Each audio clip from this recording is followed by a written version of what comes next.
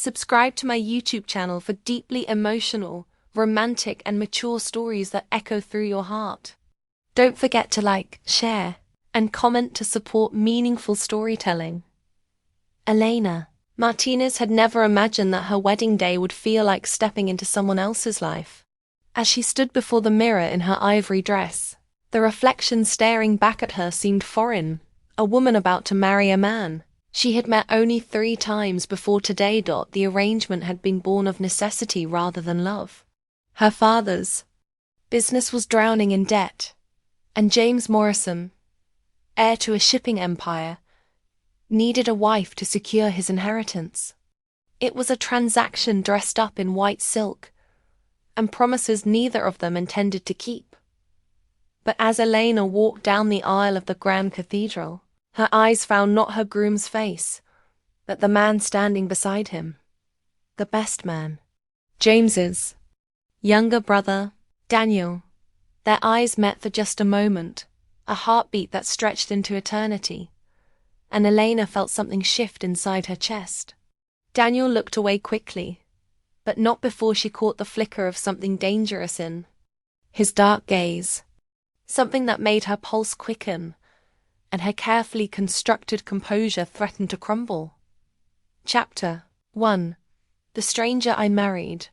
The Morrison estate sat like a fortress overlooking the Pacific coast, its stone walls weathered by decades of ocean winds.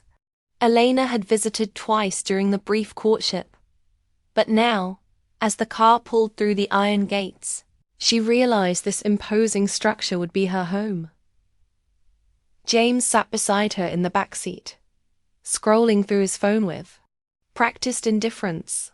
He had changed from his wedding tuxedo into a crisp business suit, already back to the man she barely knew. During their few conversations, he had made it clear that their marriage was a formality, separate lives under the same roof, a partnership beneficial to both their families. "The staff will show you to your room," James said without looking up from his screen. "I'll be traveling most of this month. Business in Singapore." Elena nodded, though something hollow settled in her stomach. She had expected this, had even welcomed the idea of space, but the reality felt more isolating than she had prepared for. The front door opened before they reached it, and Elena's breath caught. Daniel stood framed in the doorway, having shed his formal wear for dark jeans and a simple white shirt that somehow made him look more devastatingly handsome than he had in his tuxedo. "Welcome home, Mrs. Morrison," he said, and Elena's new name sounded different on his lips, warmer, more personal than when others had used it throughout the day. "Thank you," she managed, her voice steadier than she felt. James brushed past his brother with barely a nod. "I'll be in my study. Don't wait up." And just like that, Elena found herself alone with Daniel in the vast foyer, the weight of the day's events pressing down on her shoulders like a physical thing. "Are you all right?" Daniel asked softly, and the genuine concern in his voice nearly undid her. Elena looked up at him, really looked at him, and saw kindness in his eyes that she had never glimpsed in his brother's. Where James was sharp angles and cold efficiency, Daniel had a gentleness that made her feel seen in a way that was both comforting and terrifying. "I'm fine," she lied, smoothing her hands down her dress. "Just adjusting." Daniel studied her face for a long moment, as if he could read the uncertainty she was trying so hard to hide. "It's a big house," he said finally. "Easy to get lost in. I could show you around tomorrow, if you'd like." The offer was innocent enough, but something in his tone made Elena's heart flutter. "That's very kind, but I wouldn't want to impose." "You're not imposing," Daniel said, his voice dropping to something almost intimate. "You're family now." The word family hung between them, loaded with complications neither of them wanted to acknowledge. Elena felt heat rise in her cheeks as she realized how intently they were looking at each other. I should get some rest," she said, taking a step back. "It's been a long day." Of course. Daniel moved aside to let her pass, but as she walked toward the stairs, he called her name softly. Elena? She turned back, her hand on the banister. If you need anything, he said. Anything at all. I'm here. The promise in his words made her chest tighten. She nodded quickly and fled up the stairs, her heart pounding with a mixture of gratitude and something far more dangerous. Chapter 2. Dangerous territory. 3 weeks into her marriage, Elena had settled into a routine that revolved around James's absence. He had left for Singapore 2 days after the wedding, communicating only through brief texts about his return date and business affairs. The house felt less like a home and more like a beautiful prison where she wandered the halls, trying to find her place. Daniel had become her unexpected anchor. It started innocently enough, the promised tour of the house, which led to conversations over coffee in the garden. He was an architect, working on his own projects while helping manage the family business. Unlike James, who spoke in numbers and profit margins, Daniel talked about beauty and purpose, about creating spaces where people could truly live. You designed this? Elena asked, running her fingers along the smooth stone wall of the garden pavilion where they had taken to having their afternoon conversations. My first real project, Daniel admitted, watching her trace the carved details. James thought it was impractical, but my father let me build it anyway. Elena could see why James might have disapproved. The pavilion was pure romance, curved arches that framed the ocean view, climbing roses that would bloom in cascades of color, stone benches positioned to catch both morning sun and evening stars. It's beautiful, she said, meaning it. It feels like a place where important things should happen. What kind of important things? Daniel asked, and when Elena looked at him, she found him watching her with an intensity that made her breath catch. I don't know, she said quietly. First kisses, marriage proposals, life-changing conversations. And which category does this fall into? Daniel asked, gesturing to the space between them. Elena's heart hammered against her ribs. They were straying into dangerous territory, and they both knew it. I should go, she said, standing abruptly. James will be calling soon. But James didn't call. He rarely did. And Elena found herself drawn back to the pavilion the next afternoon, and the next, drawn by Daniel's easy laughter, and the way he listened to her like every word mattered. Told him about her childhood in Mexico City, about the art classes she had abandoned when her father's business started failing, about the dreams she had put aside to marry a stranger. He told her about growing up in James's shadow, about the pressure to prove himself worthy of the Morrison name, about his own dreams of building something meaningful with his life. Do you ever wonder, Elena asked one evening as they watched the sunset paint the sky in shades of gold and rose, what our lives would have been like if we had made different choices? Daniel was quiet for so long, and Elena thought he might not answer. When he finally spoke, his voice was rough with emotion. Every day, their eyes met across the small space between them, and Elena felt the world shift. She saw her own longing reflected in his gaze, the same desperate wish for something that could never be. Daniel, she whispered, and his name on her lips sounded like a prayer. He reached for her hand, his fingers brushing hers with devastating gentleness. Elena, I'm home. James's voice carried across the garden, shattering the moment like glass.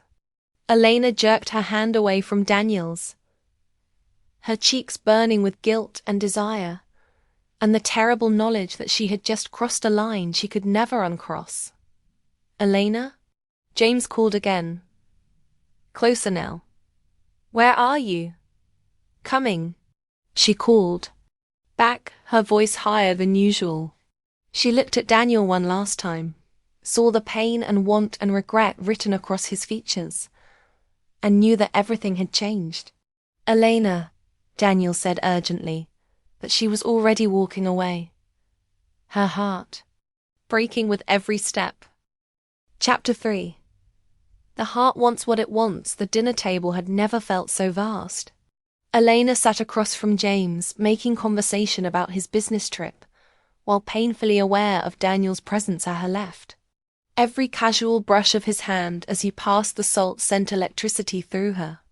Every time their eyes accidentally met, she felt like she was drowning. James seemed oblivious to the tension crackling between his wife and brother. He dominated the conversation with stories of successful deals and potential expansions, occasionally asking Elena perfunctory questions about how she was settling in. "Daniel's been taking good care of me," she said, immediately regretting the words when she saw Daniel's jaw tighten. "Good," James said, cutting into his steak. "I appreciate you keeping Elena company while I was away." The casual dismissal of what had passed between them felt like a slap. Elena saw Daniel's hands clench on his napkin, saw the muscle in his jaw jump, and felt her own anger flare. "Actually," she said, her voice steady despite the storm in her chest, "Daniel has been wonderful. He's shown me parts of the house I never would have found on my own." "Did you know about the art studio in the East Wing?" James looked up with mild interest. "Father's old hobby room? I assumed it was just storage now." "Daniel had it cleaned and restored," Elena continued, her eyes fixed on her husband's face. "He thought I might like to paint again." Something flickered across James's features, surprise, perhaps, or calculation. "How thoughtful," he said slowly, his gaze shifting between Elena and Daniel. "I didn't realize you were an artist." "I'm not," Elena said quickly.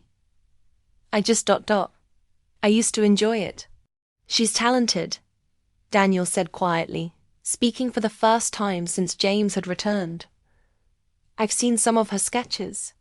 The simple statement hung in the air, loaded with implications. Elena felt heat rise in her cheeks as she realized how intimate that sounded. Daniel seeing her work, her private thoughts made visible on paper. James set down his fork, his expression unreadable.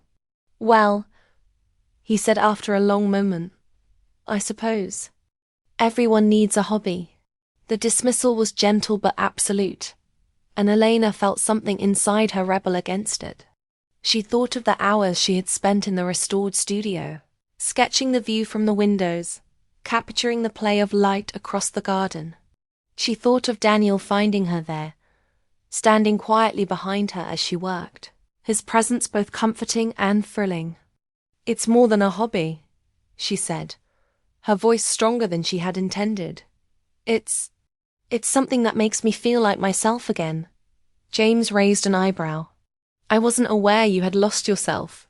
The words were spoken mildly, but Elena heard the edge beneath them. She glanced at Daniel and saw him watching his brother with something that might have been warning in his eyes. "I think what Elena means," Daniel said carefully, "is that it's important to have something that's yours. Alone. Something that brings you joy." "Of course," James agreed, but his tone suggested the conversation was over. "We all need our little pleasures." Elena excused herself before dessert, claiming a headache that wasn't entirely fabricated. As she reached the top of the stairs, she heard James's voice carry up from the dining room. "You seem very invested in my wife's happiness, Daniel." She couldn't hear Daniel's response, but she didn't need to.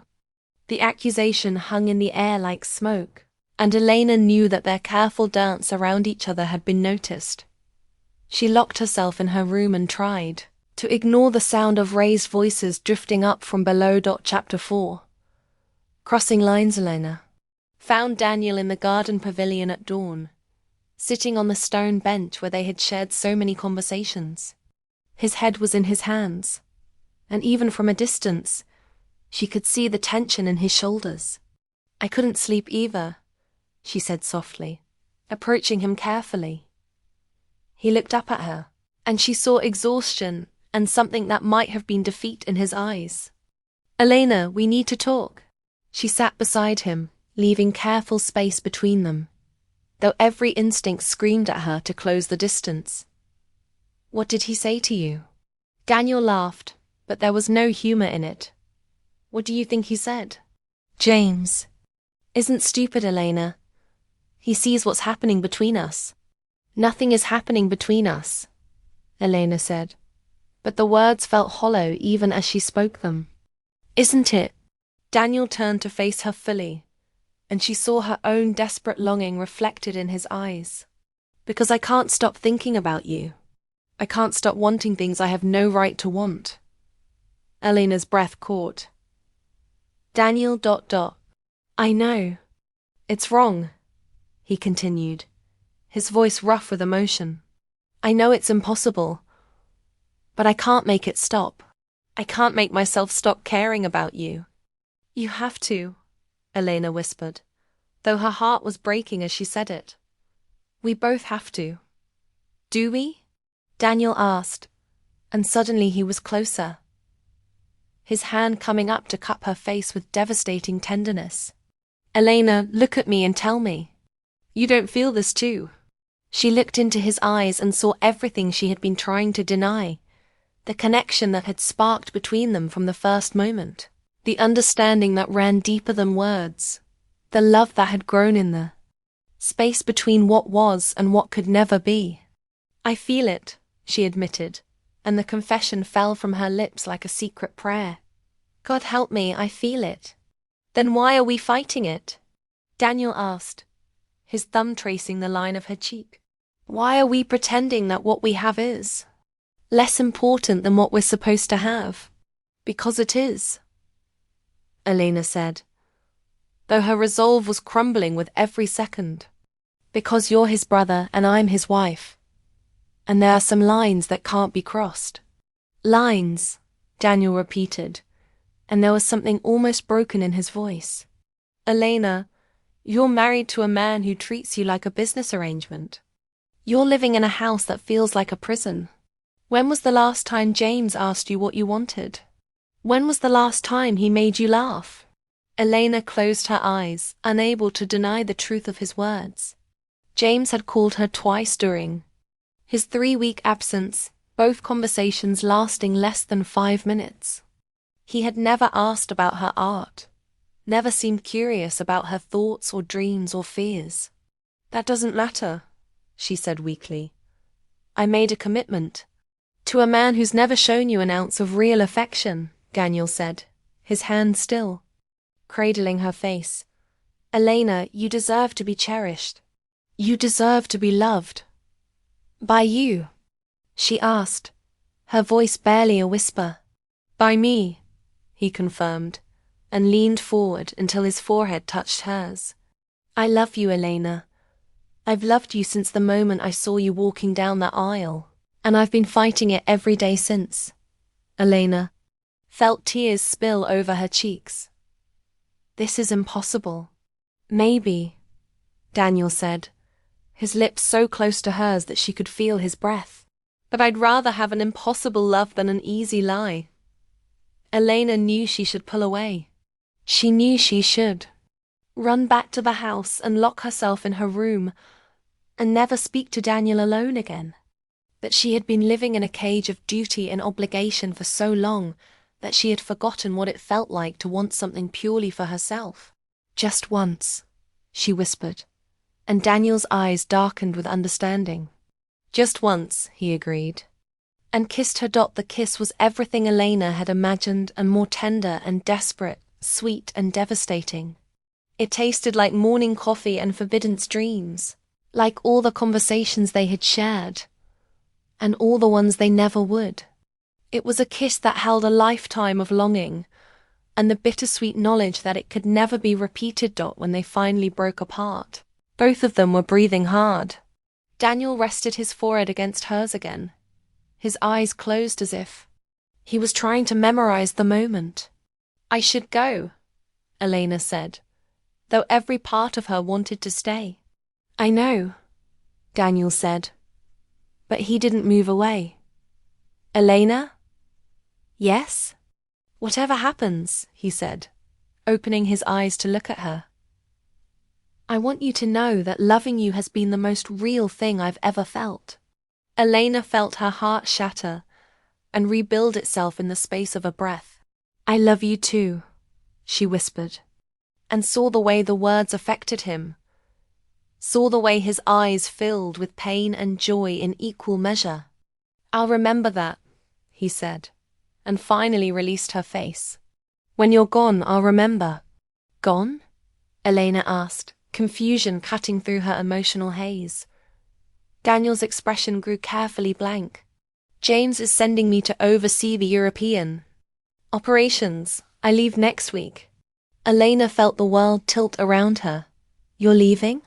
It's for the best, Daniel said, though his voice suggested he believed nothing of the sort. He's not sending me away because he suspects us, Elena. He's sending me away because he knows us. Elena understood them. James had seen what they had tried so hard to hide, and his solution was elegant and final. Remove the temptation. Remove the possibility. Remove the threat to his carefully ordered life. When? She asked, though she wasn't sure why it mattered. Sunday morning, Daniel said. Elena, Don't, she said, standing abruptly. Don't make this harder than it already is. She walked away from him then, away from the pavilion and the impossible love and the kiss that had tasted like goodbye, that she carried the memory of it with her, a secret warmth that no amount of distance could diminish. Chapter 5. The art of letting go. Elena spent the next week in a haze of numbness and pain. She painted obsessively, filling canvas after canvas, with swirls of color that seemed to bleed emotion. She captured the garden at different times of day. The play of light across the pavilion, the way shadows fell across the stone bench where she and Daniel had shared their last conversation. James noticed her productivity with the same detached interest he showed toward everything else in her life. You've been busy, he commented one evening, finding her in the studio with paint-stained fingers and tears. She hadn't realized she was crying. It helps, Elena said, not looking up from her easel. With what? Elena's brush stilled. How could? She explained that she was trying to paint away the memory of a kiss that had lasted 30 seconds and changed everything. How could she tell him that she was grieving a love that had never been allowed to fully exist? The adjustment, she said finally. Marriage. This new life. James was quiet for so long that Elena finally looked at him. He was studying her latest painting, a storm-tossed seascape that looked like her heart, with an expression she couldn't read. You're very talented, he said eventually. I didn't realize. There's a lot you don't realize about me, Elena replied, and immediately regretted the sharpness in her voice. James raised an eyebrow. Such as? Elena set down her brush and turned to face her husband fully. When is my birthday, James? He blinked, clearly caught off guard. It's in your file somewhere. What's my favorite color? I don't know. What do I dream about? What makes me laugh? What am I afraid of? James was quiet for a long moment, his expression shifting to something that might have been uncomfortable recognition. I suppose, he said finally, we don't know each other very well. No, Elena agreed. We don't. Would you like to? James asked, and there was something in his voice that Elena had never heard before. Uncertainty, perhaps, or something that might have been genuine curiosity. Elena studied her husband's face, seeing him clearly for perhaps the first time. He was handsome in a cold sort of way, successful, intelligent. He would never hurt her, never raise his voice, never make unreasonable demands. He would provide for her, protect her, treat her with the same careful courtesy he showed his business associates. But he would never love her the way Daniel did. He would never look at her like she was a miracle he couldn't quite believe in. He would never kiss her like she was the answer to every prayer he had never dared to pray. "I don't know," Elena said honestly. "Do you want to know me, James? Or do you want to know how to manage me?" The question hung between them, brutal in its directness. James looked away first, his jaw tightening almost imperceptibly. "I want," he said slowly, "to make this work, whatever that means." It wasn't a declaration of love, but it was more honesty than James had ever offered her. Elena felt something shift inside her chest. Not hope, exactly, but perhaps the possibility of peace. "Okay," she said quietly. "We can try." James nodded, his expression carefully neutral. "Daniel leaves tomorrow." Elena's heart clenched, but she kept her face impassive. "I know. It's better this way," James said, watching her closely. "For everyone." "I know that too," Elena replied, and meant it. It was better. It was necessary. It was the only way forward that didn't destroy everything they had all tried to build. But knowing something was right didn't make it hurt any less. Epilogue. 6 months later, Elena stood in the garden pavilion, watching the sunrise paint the sky in shades of coral and gold. The space no longer felt heavy with memory and longing. Time had softened the sharp edges of her grief, transforming it into something more manageable, a quiet ache that she carried like a stone in her chest. Had learned to live with her choices. She and James had developed a careful friendship built on mutual respect and shared goals. They attended social functions together, discussed books and current events, even laughed occasionally. It wasn't the passionate love she had dreamed of as a girl, but it was something real and sustainable. James had been as good as his word, making an effort to know her. He had asked about her childhood, her dreams, her fears. He had listened to her stories with genuine attention, offered thoughtful responses, even surprised her with a set of professional quality art supplies for her birthday. The birthday he had remembered this time. Elena heard footsteps on the stone path and turned to find James approaching with 2 cups of coffee and a slightly uncertain expression. "I thought I might find you here," he said, offering her one of the cups. "It's peaceful in the mornings," Elena replied, accepting the coffee gratefully. They stood in comfortable silence, watching the sun climb higher in the sky. Elena found herself thinking, as she often did, about the letter that had arrived 3 months ago. Daniel's handwriting, her name on the envelope, and inside, a single photograph of a building he had designed in Prague, soaring arches and climbing gardens that reminded her, achingly, of the pavilion where they stood. There had been no note, no message, just the photograph and the understanding that he was thinking of her too. Elena had tucked it away in her jewelry box, a secret treasure that she allowed herself to look at sometimes when the missing became too much to bear. "Elena," James said suddenly, breaking into her thoughts. "I've been thinking." "About what?" "About US. About what we're building here." He paused, seeming to choose his words carefully. "I know this isn't what either of us planned for our lives, but I think we've created something worthwhile." Elena looked at her husband, seeing the sincerity in his eyes, the quiet pride in what they had accomplished together. "We have," she agreed. "I want you to know," James continued, "that I'm grateful for your patience, for your effort, for the way you've tried to make this work, despite." He trailed off, but Elena understood what he wasn't saying. "Despite everything," she finished softly. "Despite everything," he confirmed. "Elena, I may not be capable of the kind of love you deserve, but I respect you more than I've ever respected anyone. I value what we have."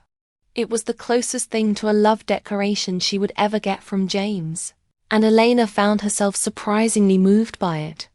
"I value it too," she said, And meant it. James smiled then. One of his rare, genuine smiles that transformed his entire face. Good, he said. Because I have something to tell you. What? I've been thinking about children, James said. And Elena's heart stopped. Not immediately, but someday. If you're willing. Elena felt the world shift around her. Children. A family. A future that stretched beyond the careful boundaries they had constructed around their marriage. I'm willing, she said quietly, and saw relief flicker across James's features. Good, he said again. That's very good. Elena turned. Back to the sunrise, her heart full of complicated emotions. She thought of Daniel, somewhere in Europe, building beautiful things and carrying his own secret sorrows. She thought of the love they had shared for one perfect, impossible moment, and how it had changed her in ways she was still discovering. She thought of the future she was choosing instead, quiet and stable and built on foundations of respect, rather than passion. It wasn't the life she had dreamed of, but it was a good life, a life worth living. James? She said, not looking at him. Yes? Thank you, Elena said, and this time when she smiled, it reached her eyes. For trying, for staying, for making this work. James was quiet for a long moment. When he finally spoke, his voice was softer than she had ever heard it. Thank you, he said, for choosing to stay too. Elena reached for his hand, and he took it without hesitation. They stood together in the garden pavilion, watching the day begin. Two people who had found their way to something that wasn't quite love but was perhaps even more precious. A partnership built on choice rather than chance, on commitment rather than chemistry. It wasn't the ending Elena had once imagined for herself, but it was an ending she could live with. And sometimes, she thought as the sun climbed higher in the sky, sometimes that was enough. In her jewelry box, Daniel's photograph waited in the darkness, a reminder of the road not taken. But here in the garden, Elena held her husband's hand and faced the future they were building together, one careful choice at a time. And if her heart still carried the echo of an impossible love, well, some stories were meant to be remembered rather than lived, treasured rather than repeated. The heart, Elena had learned, was large enough to hold both the love that was and the love that could never be. And that, perhaps, was the most beautiful thing of all.